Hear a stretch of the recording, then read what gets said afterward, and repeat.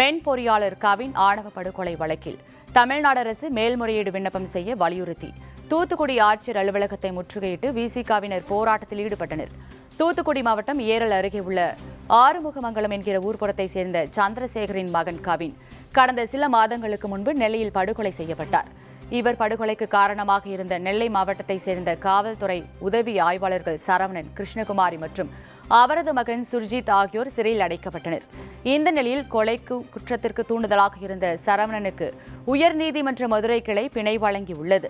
இந்த வழக்கில் தமிழ்நாடு அரசு மேல்முறையீடு செய்ய வேண்டும் என வலியுறுத்தி விடுதலை சிறுத்தைகள் கட்சி உட்பட அனைத்து கட்சிகளும் இணைந்து மதுரை மாவட்ட ஆட்சியர் அலுவலகத்தை முற்றுகையிட்டு போராட்டத்தில் ஈடுபட்டனர்.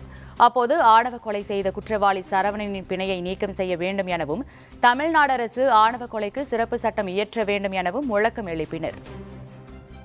கவின் செல்வ கணேஷ் அவர்கள் கடந்த ஆண்டு மிக கொடூரமாக சாதி ஆணவ படுகொலை செய்யப்பட்டார்.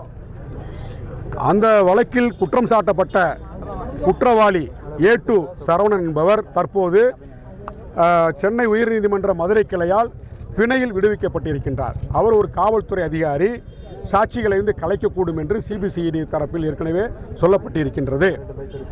நீதிமன்றத்தின் சார்பில் குற்றப்பத்திரிகை அவர்களுக்கு வழங்கப்பட்டிருக்கிறது.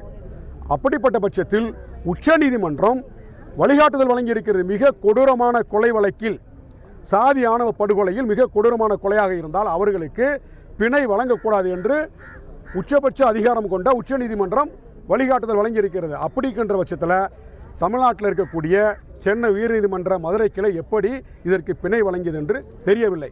இது சட்டத்திற்கு புறம்பானது, இந்திய அரசியலமைப்பு சட்டத்திற்கு புறம்பானது, கொலை வழக்கிற்கு எதிரானது. அந்த படுகொலை பட்டப்பகலில் பல பேர் பார்க்கின்ற போது நடத்தப்பட்ட படுகொலை, சட்டத்திற்கு சவால் விடுகின்ற படுகொலை, பொதுமக்களை அச்சுறுத்துகின்ற படுகொலை, மனித நேயத்திற்கு எதிரான ஒரு படுகொலை. இப்படிப்பட்ட படுகொலையை அனுமதிக்க முடியாது. ஆகவேதான் சரவணன் அவர்களுக்கு வழங்கப்பட்ட இந்த பிணையை தமிழ்நாடு அரசு மேல்முறையீடு செய்து ரத்து செய்ய வேண்டும்.